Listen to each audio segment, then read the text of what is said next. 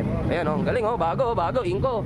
Bago, tapos bago yung kanyang sakit oh. Tapos meron pa siyang bagong bag. Yan, toolbox. Oh, grabe, ang galing oh. Yun oh, puta, puro bago, sarap gumamit oh.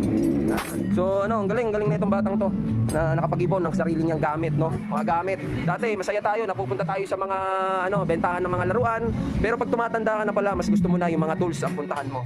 Okay? Sooner or later yon, magsosolo na yan. So kung ano yung kinikita namin sa isang araw, kikitain niya yon balang araw. Okay, so malapit na siya. Salamat. Alright, Earl During mga bossing. Okay, meron tayo dito mga boss, galing pa ng Montalban nata ito si Sir. MIUI 125, so hindi na raw naandar, no? So na lost compression itong motor ni bossing. So eto na, kinalas na nila BJ at Jansen. Okay, gin-refresh tayo, tapos check natin lahat ng papalitan.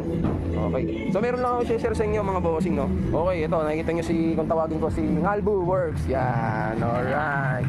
Yan, si Ngalbu Works is ano to, apprentice o helper ni Diego at ni Jansen mga bossing. So hindi namin alam, paunti-unti na pala siyang nag-iipon ng kanyang gamit. Ayan oh, galing oh, bago, Inko. Bago, tapos bago yung kanyang sakit oh. Tapos meron pa siyang bagong bag. Yan, toolbox. Oh, grabe, ang galing oh. Yun oh, puta, puro bago, sarap gumamit oh. Tsaka mga bossing, itong mga tools niya hindi basta-basta. Yan, flyman yan mga boss. Kasi sa aming mga mekaniko, hindi pwede sa amin yung mga yung mga mahihinang klaseng tools, kasi palagi namin yang ginagamit, palagi namin yan ang lagi namin katabi mga bossing. So kailangan sa amin yung mga original na gamit, yung hindi madaling masira, no. Okay, so ang galing, no. Naalala ko tuloy yung nag-uumpisa pa lang ako doon kila Billy. Yung toolbox ko, karton lang mga boss. Karton lang yung toolbox ko noon. Tapos meron lang akong unting gamit. So, inipon-ipon ko. Kasi yun ang passion ko. Pag di mekaniko, nag-ipon ako ng mga gamit, no? Hanggang sa makompleto ko. So, ang galing na itong batang to na nakapag-ipon ng sarili niyang gamit, no? So, yun.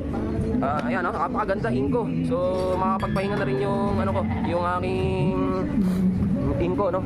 So, yun, galing, no? Isipin nyo na lang, no? Helper lang siya, pero nagkaroon siya, nakapag-provide siya ng gamit, mga bossing. So, ang galing.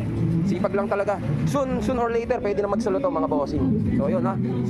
Sa mga kabataan dyan, na puro cellphone, puro mama, anong ulam. Yan, kayain yun. Yung kasama namin, no? Ang galing, no? Naalala ko yung sarili ko sa kanya. So, hindi ako nahilig sa mga kung ano man gadget o bagong sapatos, no?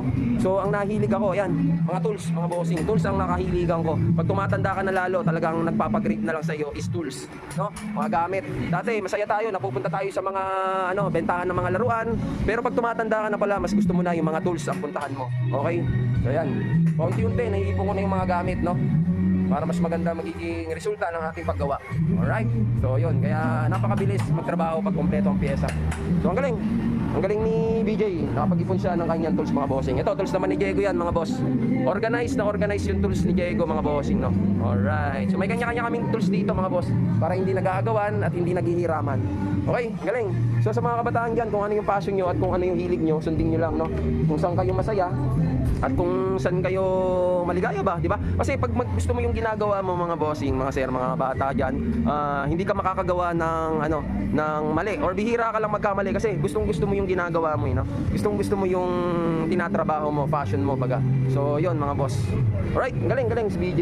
May tools na siya. So, sooner or later, magsosolo na yan, no? Hindi na siya hindi balang araw helper siya. So, sooner or later yon, magsosolo na yan. So kung ano yung kinikita namin sa isang araw, kikitain niya yon balang araw. Okay, so malapit na siya. Salamat. Alright, Earl During Garage.